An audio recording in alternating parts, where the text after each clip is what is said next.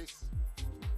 Eh, ya está puesta el título de la presentación. Bueno, alimentos saludables y producción orgánica.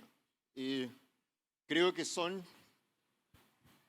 dos elementos que van juntos y que no pueden estar separados. La producción orgánica, por naturaleza, por definición, desde que se desarrolló, su objetivo era producir alimentos saludables para la población. Yo lo que voy a hacer es tratar de acercarme con las experiencias que hemos tenido en la universidad, las experiencias de otros investigadores, la información que está disponible para llegar quizás en algunos casos con algunas definiciones un poco complejas y en otros casos con algo muy fácil y sencillo de entender. Lo primero, lo que vemos aquí, lo podríamos asimilar, ¿no es cierto?, a una feria, a la góndola de un supermercado, a una tienda especializada de frutas y hortalizas, ¿no es cierto?, etcétera. Y vamos a encontrar una gran diversidad de alimentos que tienen diversos colores, tamaños, formas, ¿no es cierto?, aromas que atraen. Voy a hacer un recorrido por lo que ahí está indicado, tratando de ser breve, dado la hora y el tiempo. ¿Cómo podemos definir la calidad de un alimento? Aquí hay muchos aspectos que son los que yo veo cuando voy a comprar como consumidor o cuando lo hago evaluando, ¿no es cierto?, un alimento como investigador, o cuando lo hago, ¿no es cierto?, transmitiendo a mis alumnos en clase, ¿no es cierto?, también estos mismos temas. La calidad visual es lo que veo. Recién escuchábamos, ¿no es cierto?, la magnífica presentación de la miel, que es un alimento saludable, obviamente con las limitaciones, entre comillas, ¿no es cierto?, que puede tener, producto de todos los eventos que están ocurriendo, ¿no es cierto?, en el medio ambiente. Vemos un color y habitualmente, ¿no es cierto?, decimos es de quillay. ¿Y por qué decimos que es de quillay? Por el color que tiene, ¿no es cierto? O es de ulmo, porque la flor del ulmo, ¿no es cierto?, es blanca. Entonces todos quienes conocemos la cordillera, ¿no es cierto?, aquí estamos cerca, en esta zona hay ulmo, vamos a ver que hay una miel que es extremadamente exquisita y que tiene un alto valor, la miel de ulmo, en el mercado internacional también, ¿no es cierto?, y en el nacional, pero nos guiamos por el color. Nos podemos guiar por el aroma en otros productos. Por ejemplo, ustedes van a comprar melones y dicen voy a llevar un melón maduro. ¿Y qué es lo que hacen? Tomar el aroma del melón, ¿no es cierto? Ok, en la sandía no se puede hacer, pero se puede golpear, ¿no es cierto? Eso sabemos. Pero en el tomate sí también decimos, estos tomates son aromáticos, además de estar rojos, ¿no es cierto?, son aromáticos. Por lo tanto, nos estamos guiando para tomar la decisión de lo que nosotros como consumidores estimamos como calidad. Tamaño, calibre, aroma, color, ¿no es cierto?, etcétera. Hay algo que no sabemos cuando estamos tomando esa decisión. Es el contenido nutricional que tiene el alimento que estamos comprando. Porque no tenemos un laboratorio para determinarlo en ese momento. Pero si hemos tenido, ¿no es cierto?, información en el colegio, sabemos que las leguminosas son ricas en proteína. Y por supuesto también en carbohidratos, en energía. Pero tienen proteína. Y nuestra dieta en Chile, ¿no es cierto?, está basada en leguminosa, actualmente importada. Ejemplo, las lentejas, que vienen de Canadá y de otros países, ¿no es cierto?, de la región. Los porotos todavía se están produciendo, pero algo llega importado. Los garbanzos, los chícharos, ¿no es cierto?, etcétera. Podríamos hacer un recorrido de esas leguminosas que tienen un aporte importantísimo a la alimentación por la calidad de la proteína. Recuerden que la proteína en sí, ¿no es cierto?, tiene valor por la calidad que ella entrega. Hoy día hay otro alimento que está disponible en el mercado, que es la quinoa, y que el valor biológico de la proteína de la quinoa es excelente. Obviamente es un poco caro. Yo como consumidor, ¿no es cierto?, de quinoa sé que con 1 kilo de quinoa, el valor de 1 kilo, puedo comprar 2 kilos de arroz o 3. Bueno, ahora creo que subió, ya, ¿no es cierto?, está más caro todo. Bueno, entonces, la fibra, la composición en proteínas, en aminoácidos, en hidratos de carbono, en minerales, ¿no es cierto?, en vitaminas, la composición en fenoles, en polifenoles, en todos estos compuestos que llamamos secundarios y que tienen funciones en el organismo, es muy importante. Por eso, cuando vayamos más adelante, vamos a hablar por qué la agricultura orgánica o los sistemas biológicos de hacer agricultura contribuyen a mejorar esos factores que nosotros no vemos normalmente. Y por último, la inocuidad. Todos queremos que lo que compramos como alimentos, ¿no es cierto?, sean inocuos, que no estén contaminados ni de bacterias, ¿no es cierto?, ni de hongos, que no vengan, ¿no es cierto?, con metales pesados, que no tengan algunos otros contaminantes de residuos de pesticidas, ¿no es cierto?, etcétera. ¿Ah? Todos buscamos eso. Lamentablemente, nosotros no lo podemos ver cada vez que compramos nuevamente el producto. Por lo tanto, asumimos que lo que estamos comprando es sano.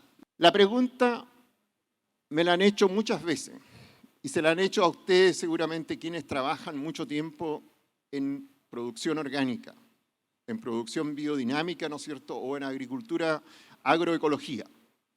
Cualquiera de los sistemas productivos siempre le han hecho y se han hecho a lo mejor la misma pregunta. ¿Son estos alimentos de mejor calidad que los alimentos convencionales? Difícil de responder, pero hay diversos estudios hechos, ¿no es cierto?, en diferentes regiones, especialmente europeas, pero no, en los países del norte, también en nuestra región del sur, que indican que hay características que tienen los alimentos ecológicos, que son lo hacen más saludable que los alimentos convencionales, claramente. Aquí entro a un tema que todos quienes trabajamos en agricultura orgánica sabemos que estamos movidos por la sostenibilidad de los sistemas productivos, no por la extracción solamente, no por la productividad, no por sacar mayor rendimiento, sino por hacer sostenible eso en el tiempo de la generación actual y de las próximas. Porque nosotros no somos dueños de llevarnos todo este planeta, ¿no es cierto?, en esta generación. Y así fueron también las generaciones anteriores, ¿no es cierto?, y serán las que vienen, con todas las dificultades que podemos tener, ¿no es cierto?, y observamos.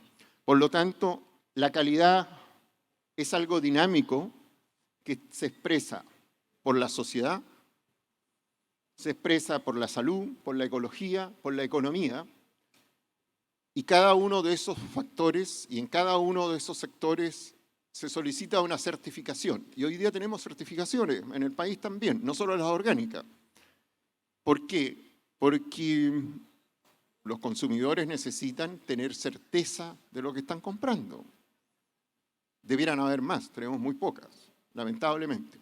El manejo orgánico, el manejo agroecológico, el manejo biodinámico que mejora la calidad de los alimentos, que hace que los alimentos sean saludables para los consumidores. En una oportunidad estaba con un grupo de personas que estaban evaluando esto y entonces un colega dijo, vamos a hacer un test entre una zanahoria producida en forma ecológica y una zanahoria convencional, con un tema muy simple, un sistema que permite ver el desorden o el orden que tiene cada uno de las estructuras del tejido de la raíz de la zanahoria. No está aquí, no lo traje, pero existe eso. Si alguien se interesa, ¿no es cierto?, lo puede googlear. Un test para determinar, ¿no es cierto?, el orden de los tejidos o el desorden. Y en la medida que nosotros hacemos una agricultura no sostenible, el desorden de los alimentos es mayor. Y eso se ve en su composición, en este test, ¿no es cierto?, rápido para observar si se veía todo ordenado o muy desordenado, se da en la leche, se da en diversos productos. Es muy fácil de saber. Por lo tanto, lo que estamos haciendo cada vez que hacemos agricultura es estimular la producción de un alimento saludable. A veces puede ser que nosotros no sepamos que hay residuos de metales pesados en el suelo, porque la agricultura se hace en el suelo, en un suelo, ¿no es cierto?, agrícola que tiene una fertilidad, que tiene una composición de materia orgánica, de nutrientes, una estructura, ¿no es cierto?, una atmósfera y una composición microbiológica, donde hay, ¿no es cierto?, todo un ecosistema funcionando. Y ese interactúa, ¿no es cierto?, con las plantas. Y puede que haya metales pesados y las plantas también absorben eso y lo van acumulando. ¿Y de dónde vienen los metales pesados? Bueno, hay muchos caminos. Uno de ellos, ¿no es cierto?, es los fertilizantes de síntesis traen como contaminantes metales pesados. Todas las áreas de producción minera, los relaves mineros traen como contaminantes metales pesados que a su vez se distribuyen por las aguas y que pueden llegar a los campos a través de la agua de riego. O sea, no estamos libres de decir que yo no estoy en esta zona y no voy a tener eso. Entonces hay un estudio que hizo un geólogo con técnicas, ¿no es cierto?, de laboratorio muy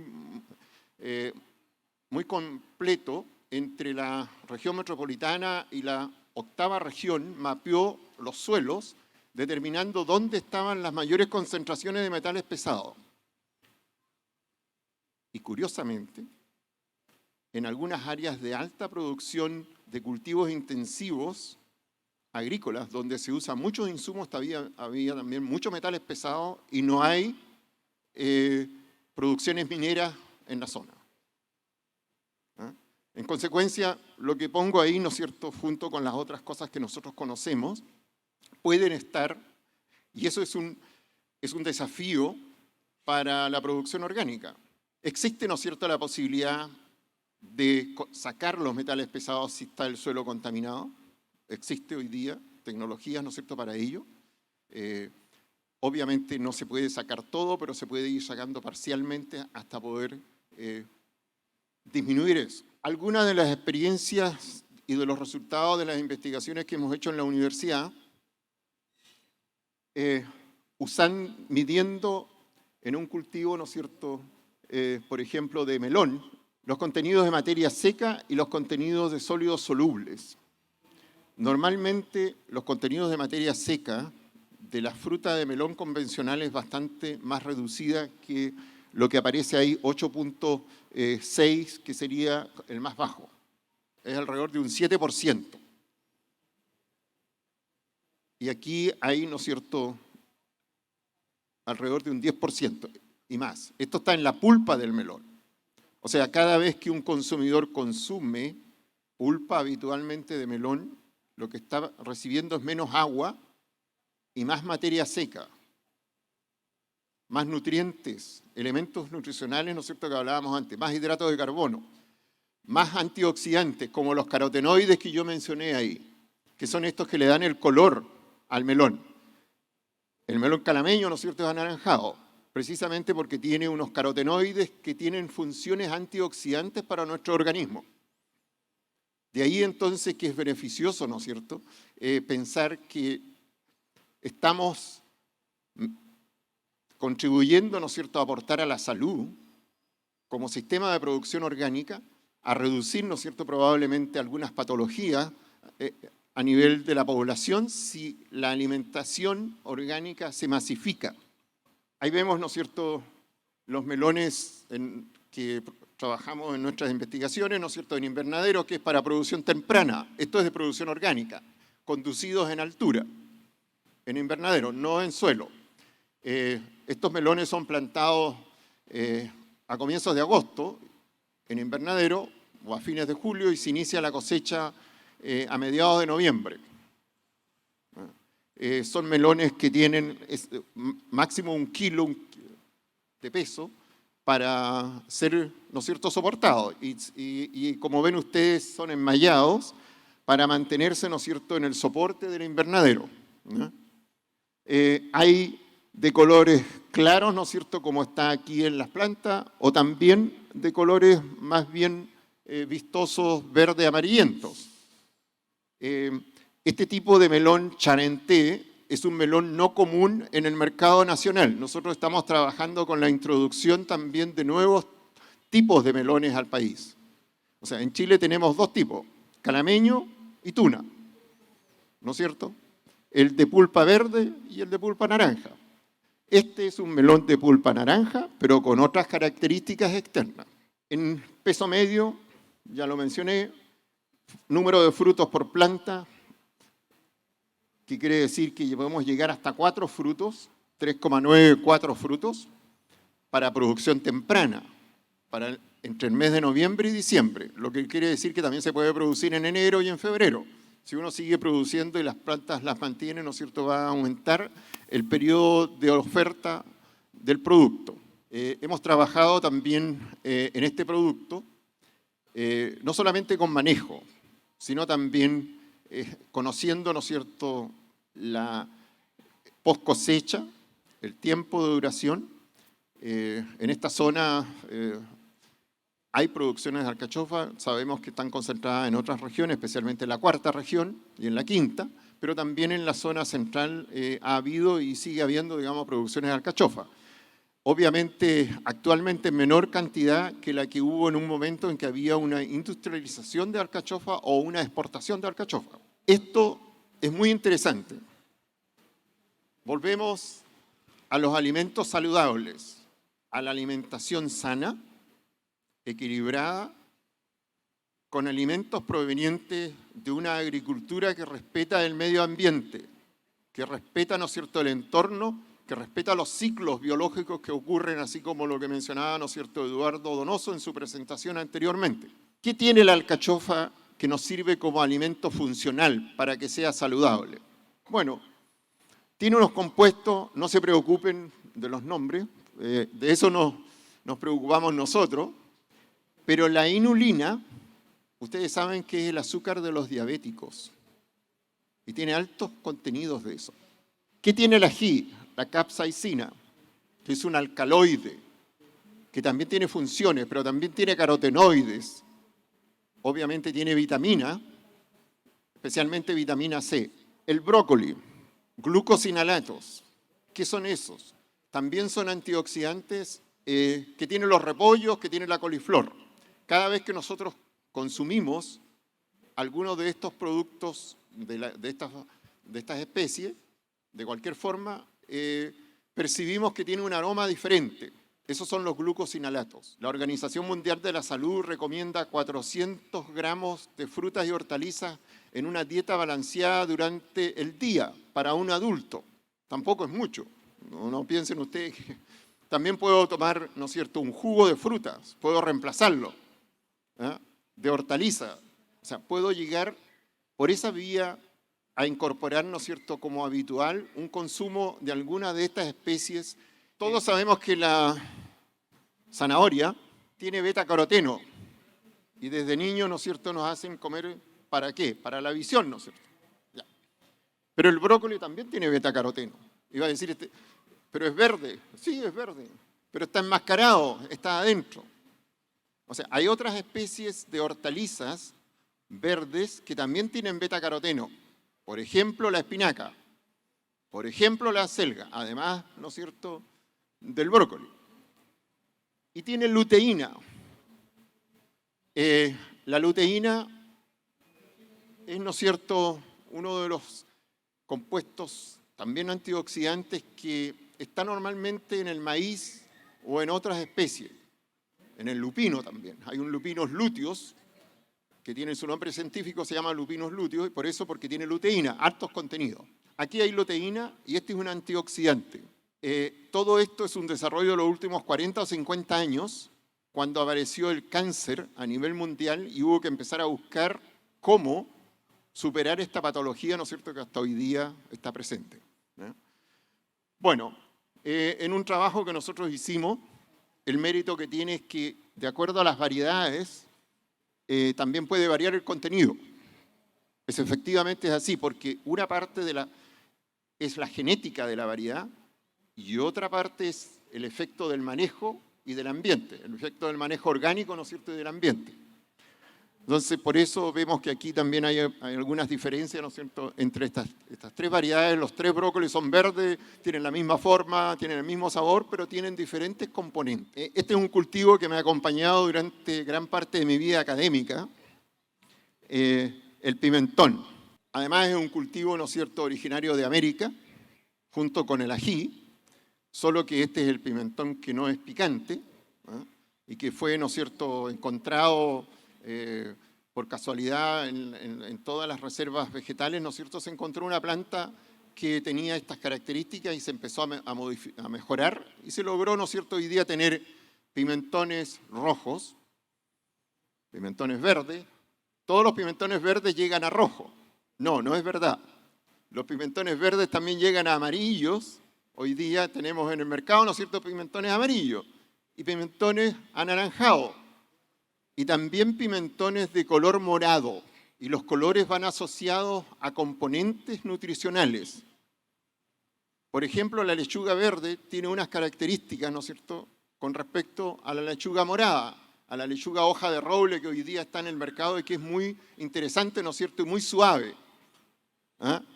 Esa tiene más antocianina y más fenoles que la verde. Bueno, aquí vemos los frutos de pimentón, los sólidos solubles y la materia seca que pueden alcanzar con un manejo orgánico, con un manejo sustentable agroecológico. Lo primero es la materia seca. Normalmente este fruto tiene un 95% de agua. El tomate también tiene un 95% de agua. O sea, cada vez que compran ustedes un kilo de tomate, están pagando por 950 gramos de agua y por 50 gramos de algo sólido que viene ahí. Y están pagando hoy día, no sé, 1.000 pesos, 1.500, hasta 2.000 va a llegar, ¿no es cierto?, en invierno y un poco más probablemente. Por favor, no se asusten. Esta es una transparencia de una publicación de los colegas de Línea que hicieron un levantamiento en espinaca, en lechuga y en acelga sobre algunos contaminantes, entre ellos metales pesados. Yo solamente traje al arsénico y lo hicieron en la región de Coquimbo, en la región de Valparaíso, como ven ustedes ahí, y en la metropolitana. Y ustedes pueden ver, ¿no es cierto?, ahí dice la cantidad de muestras tomadas, ¿no es cierto? Todos esos valores que están ahí están sobre la norma permitida de arsénico. Y el arsénico es perjudicial para la salud de las personas. Podemos encontrar esto también con pesticidas. En el mismo estudio está el levantamiento de pesticidas y está el levantamiento de nitratos. La única forma de aumentar la superficie orgánica en Chile, y esto lo digo con las cifras que hay, ¿no es cierto?, registradas. Nosotros tenemos alrededor de 500 hectáreas para cultivos que se comercializan en el interior del país, papas, hortalizas, ¿no es cierto?, cereales y otros. Eso no es nada. Piensen ustedes, en tomate creo que son 50 hectáreas. Piensen ustedes que hay 5.500 hectáreas de tomate en el país de consumo fresco y 50 son orgánicas. Debiéramos tener 1.000 hectáreas de tomate de consumo fresco orgánico, de tal manera que en todas las ferias que hay, en todas las ciudades, ¿no es cierto?, haya más de un stand y los productores orgánicos puedan ir allá y comercializar, ¿no es cierto?, sus productos. Pero para eso hay que hacer un desafío mayor. ¿Cómo hacer eso? Esa es la pregunta. Yo también se lo dejo a ustedes para que lo tomen. controlar la inocuidad y evitar la contaminación de microplásticos, nitratos y metales pesados. Los microplásticos hoy día están en todas partes, en las aguas de consumo, en la agua potable, están en los alimentos, se ha encontrado en plantas microplásticos. Por mi trabajo, ¿no es cierto?, nos encontramos periódicamente con grupos de Prodesal, con grupos de INDAP, ¿no es cierto?, que visitan la estación experimental de la universidad, interesados en conocer esto, pero después cuando terminamos y nos juntamos a conversar, bueno, ¿y usted qué hace? Bueno, yo cultivo tomate. ¿Y cómo los hace? Miren, bueno, con salitre, con urea, le aplico este líquido para el pulgón, ¿no es cierto?, para la polilla, etcétera. Bueno, eso es. Entonces, aquí yo creo que hay un desafío. Y ese desafío no cuesta mucho. Simplemente orientar la política para la agricultura y de esa forma contribuir, ¿no es cierto?, aquí. La agricultura orgánica lo que hace a través de su manejo es ser una fuente de fijación de carbono en el suelo. Por lo tanto, está contribuyendo, ¿no es cierto?, también a los efectos del cambio climático, fuertemente. Y bueno, desarrollar diversas formas de asociación de los productores. Yo escuchaba en la inauguración al representante del GORE de la región y me pareció muy interesante, ¿no es cierto?, lo que él planteó, que está el GORE de Ñuble, no el de Maule, el de Ñuble, está, ¿no es cierto?, disponible para trabajar y incentivar la producción orgánica. Me parece muy bien que eso se traduzca en acciones, ¿no es cierto? Nosotros también en la séptima, en el Maule, también le hemos solicitado al gobierno regional apoyar diversas iniciativas que permitirían, ¿no es cierto?, ampliar a la agricultura familiar campesina, que es la que no exporta, que es la que alimenta al país. Todo lo que compramos, ¿no es cierto?, en el mercado nacional es de la agricultura familiar campesina, agregando lo importado como lo que ya he comentado aquí. Entonces, ahí hay un desafío país enorme, porque estaríamos ahorrando divisas, ¿no es cierto?, y estaríamos haciendo muchas otras cosas importantes para la ecología y de paso, ¿no es cierto?, contribuyendo a reducir los efectos del cambio global, incluyendo el cambio climático. Los medios de comunicación, ya me anticipé, yo creo que es necesario en algún momento, hoy día están los medios digitales, ¿no es cierto?, la juventud se mueve en esos medios, los que tenemos algunas canas, ¿no es cierto?, nos movemos menos en esos medios, pero también accedemos y son medios muy eficientes para difundir, ¿no es cierto?, mensajes que lleguen a la población. Estamos terminando. No quiero concluir, sino simplemente dejar un par de recomendaciones.